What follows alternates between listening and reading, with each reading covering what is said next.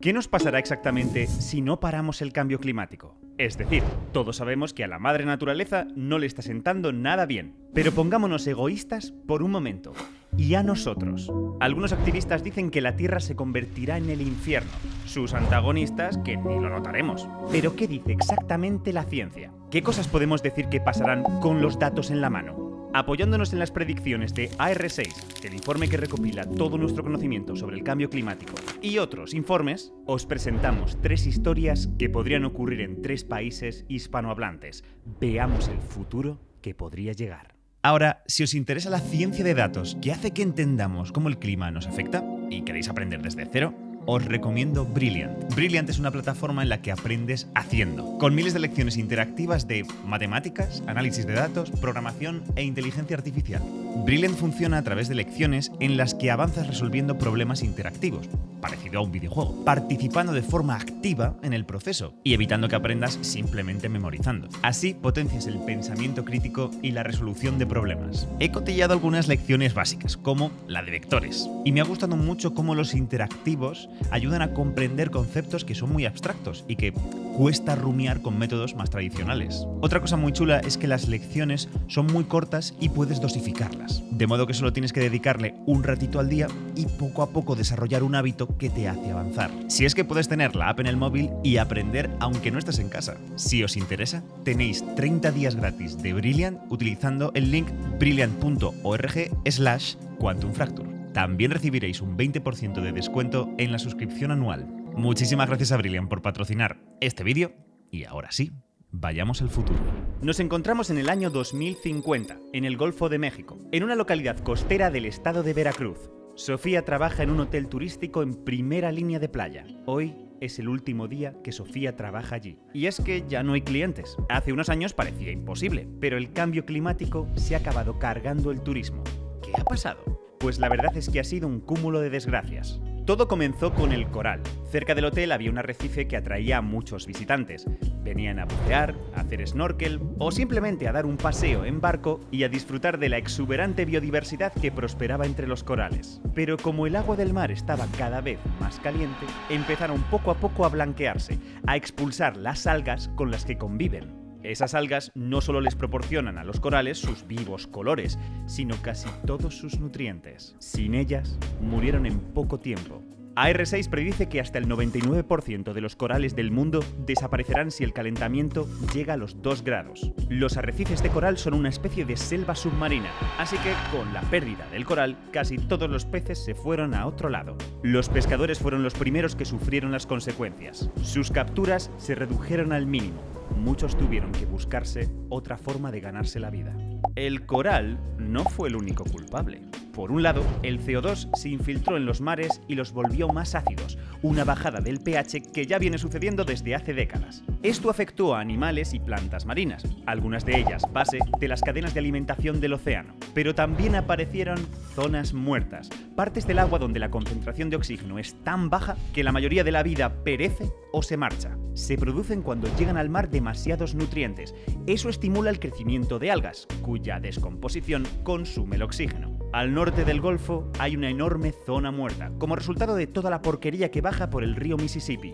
El aumento de la temperatura también ha ayudado a que se formen. Por una parte, las aguas más templadas contienen menos oxígeno disuelto y encima aumentan el metabolismo de la vida marina, es decir, su demanda de oxígeno. Además, como la parte de arriba del mar está más caliente que el fondo, se generan estratos que no permiten que el agua se mezcle. Así, el oxígeno de la superficie, procedente de la atmósfera o de la fotosíntesis de las plantas marinas, no llega a las aguas más profundas y se forma una zona muerta. El caso es que, a pesar de todo, la gente siguió yendo al hotel durante un tiempo, a bañarse en la playa. Pero el cambio climático también trajo más huracanes tropicales y de mayor intensidad. Sin la barrera natural protectora del arrecife, las tormentas causaron muchos daños y ahuyentaron a casi todos los turistas. La puntilla la dio el aumento del nivel del mar. Poco a poco, el océano le robó metros a la playa, erosionando la arena e inundándola, hasta cubrirla casi por completo. Esta zona de la costa tiene muy poca altitud y en el Golfo de México el agua ha subido más que en otras partes del mundo, así que no es extraño que haya pasado. De hecho, en 2022, en el estado vecino de Tabasco, el mar se tragó un pueblo entero. esta situación podría haberse evitado. Y es que para luchar contra el cambio climático tenemos dos estrategias principales. Una es la mitigación, que consiste en, reducir los gases de efecto invernadero, ya sea cortando las emisiones o retirándolos de la atmósfera. Evitar que suceda el problema. La otra es la adaptación. Tomar medidas para adecuarnos a los efectos del cambio climático e intentar que tengan el menor impacto posible. Para adaptarnos a una subida del nivel del mar, se podrían intentar crear obstáculos naturales, por ejemplo, añadiendo dunas o sedimentos, manglares o barreras artificiales. Pero para esto necesitas una cosa: dinero, en concreto, mucho. Esta es una de las verdades más duras del cambio climático. Si tienes pasta para poner el aire acondicionado a tope, construir la infraestructura que necesites y afrontar todas las derivaciones que tendrá en tus facturas, entonces el cambio climático no es más que una molestia. Son las personas más desfavorecidas, con menos recursos, las que realmente van a sufrir las consecuencias. En el fondo, hay una cuestión de desigualdad. Por eso mitigar ya es tan importante. Ahora nos trasladamos a Andalucía, en el sur de España, donde en 2050 las temperaturas ya han alcanzado los 2 grados por encima de los valores preindustriales. Juan es un pequeño agricultor cuya vida ha cambiado bastante debido al calentamiento global. Su familia desde siempre se ha dedicado a la agricultura, uno de los motores de la economía española. Tienen olivares y también algunos campos de trigo. Aunque no eran ricos, siempre se habían ganado bien la vida. Pero en los últimos años el clima se lo pone cada vez más difícil. Y es que cada vez hay más sequías y olas de calor. Son unas 5 o 10 veces más frecuentes que cuando Juan era niño, a principios de siglo. Y también duran más.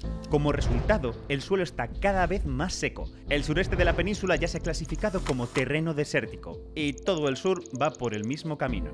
Además, las temperaturas altas han hecho que aparezcan nuevas plagas y que aumenten los incendios forestales. Y aunque llueve menos, cuando llueve lo hace de forma torrencial, lo cual erosiona el suelo, degradado por la sequía y el fuego. Fluye sin penetrar en la tierra y no sirve para rellenar los acuíferos. Así que hay menos agua disponible, aunque los cultivos necesitan cada vez más. Si sumamos todo eso a los granizos constantes, es la tormenta perfecta. Como resultado, las cosechas han disminuido casi un 20% y algunas variedades de aceituna corren peligro de desaparecer en Andalucía. Ya casi no hay tierras aptas para su cultivo. Y como todo el mundo está en las mismas, los precios suben y la gente empieza a tener problemas para acceder a alimentos básicos. Pero Juan no puede quejarse. Otros compañeros están aún peor. En el delta del Ebro, el rendimiento de los arrozales ha caído todavía más. Y es que además del calor, tienen el problema de la subida del nivel del mar, que ha inundado parte de la tierra cultivable y aumentado la salinidad del resto. En Castilla-La Mancha ya casi no hay vinos de calidad. Las temperaturas son demasiado altas. Eso hace que la concentración de azúcares y la graduación alcohólica aumenten antes de que la uva alcance la llamada maduración fenólica, la que afecta a los taninos y otros compuestos que determinan el sabor, aroma y color del vino. De hecho, toda la producción se ha desplazado hacia el norte, hacia latitudes más frías, lo que le da ventaja a los viticultores franceses. Hoy en día ser agricultor en España es una verdadera odisea. Esa tormenta perfecta que sufre Juan es lo que llamamos un evento compuesto, una situación en la que varios fenómenos extremos suceden uno detrás de otro, causando un impacto mayor que si ocurrieran por separado. Así, un incendio forestal será más destructivo si ocurre tras un periodo de sequía, y una lluvia torrencial causará más daños si antes ha habido un fuego. Otra cosa que puede darse es una cascada de eventos. Viajemos otra vez hasta América para ilustrar el concepto. Estamos en Buenos Aires, una de las ciudades más pobladas del mundo. En 2024, su área metropolitana tenía ya casi 16 millones de habitantes y ahora, en 2050, es aún mayor. Camila nació en un pequeño pueblo de la Patagonia, pero emigró a la gran ciudad en busca de oportunidades. Desde hace tiempo en Argentina se suceden las sequías y las inundaciones. Las primeras han provocado una grave caída del rendimiento agrícola, especialmente para el caso de la soja. Mucha gente de las zonas rurales se ha visto obligada a desplazarse a las ciudades en busca de un futuro mejor. Camila es una de ellas. Por otro lado, las inundaciones como resultado de las precipitaciones extremas son el principal obstáculo para eliminar las desigualdades en el país. Cada vez que ocurre una muy intensa, mucha gente cae en la pobreza. El calor extremo favorece las afecciones cardíacas y otros problemas de salud. Y todos esos efectos acaban perjudicando tanto a la economía del país como al bienestar de sus habitantes. Camila pensaba que en la ciudad estaría mejor, pero no es así. Las olas de calor son más insoportables que en el campo, debido a los edificios y el asfalto, lo que se conoce como una isla de calor urbana. Las temperaturas no bajan ni por las noches. Tanto las lluvias como sus consecuencias son más intensas, y hace poco se desencadenó un brote de dengue, una enfermedad que hasta la década de 2020 era poco menos que desconocida en Argentina, pero que ahora les visita periódicamente. Camila tiene la sensación de que está metida en un bucle, y hay que romperlo de alguna manera, pero no sabe cómo. Más que un bucle, lo que experimenta Camila es una cascada de impactos. Un evento climático extremo, como la combinación de inundaciones y sequías, da lugar a una secuencia de eventos secundarios, como un aumento de la pobreza, un empeoramiento de la economía del país o un deterioro de la salud que acaban causando un impacto, en este caso en el bienestar de la gente, mucho mayor que el original. Fijaos, este es otro ejemplo que se ajusta bastante a lo que le pasaba a Juan. La sequía y el calor extremos producen una degradación del suelo, una disminución de las cosechas y una pérdida de mano de obra, debido por ejemplo a enfermedades, que a través de una cascada de efectos secundarios acaba teniendo un efecto amplificado sobre la calidad de vida. Podríamos seguir narrando otras situaciones, hablar de las migraciones que el cambio climático causará en el África subsahariana, sobre todo entre países vecinos, y que podrían afectar a casi 90 millones de personas para 2050.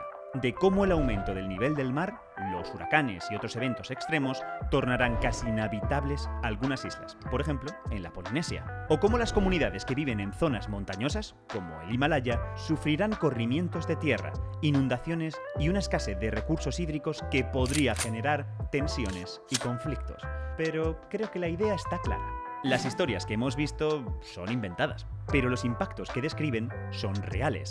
La mayoría de ellos podrían darse con aumentos de 1,5 o 2 grados, que van camino de alcanzarse y, tristemente, superarse a lo largo de este siglo. A menos que se haga algo. La mayoría de gobiernos ya tienen planes de mitigación y adaptación, pero la sensación es que no estamos haciendo lo suficiente. Esto no es cuestión de usar menos la luz. Gobiernos y empresas tienen que tomárselo muy en serio o montones de personas alrededor del mundo verán afectadas sus vidas. Y no solo de las formas que hemos visto. Hay otra cosa, algo terrible que podría pasar. Sin duda, la peor consecuencia del cambio climático. Pero eso lo veremos en el próximo vídeo. Y ya sabes, si quieres más ciencia solo tienes que suscribirte. Y gracias por vernos.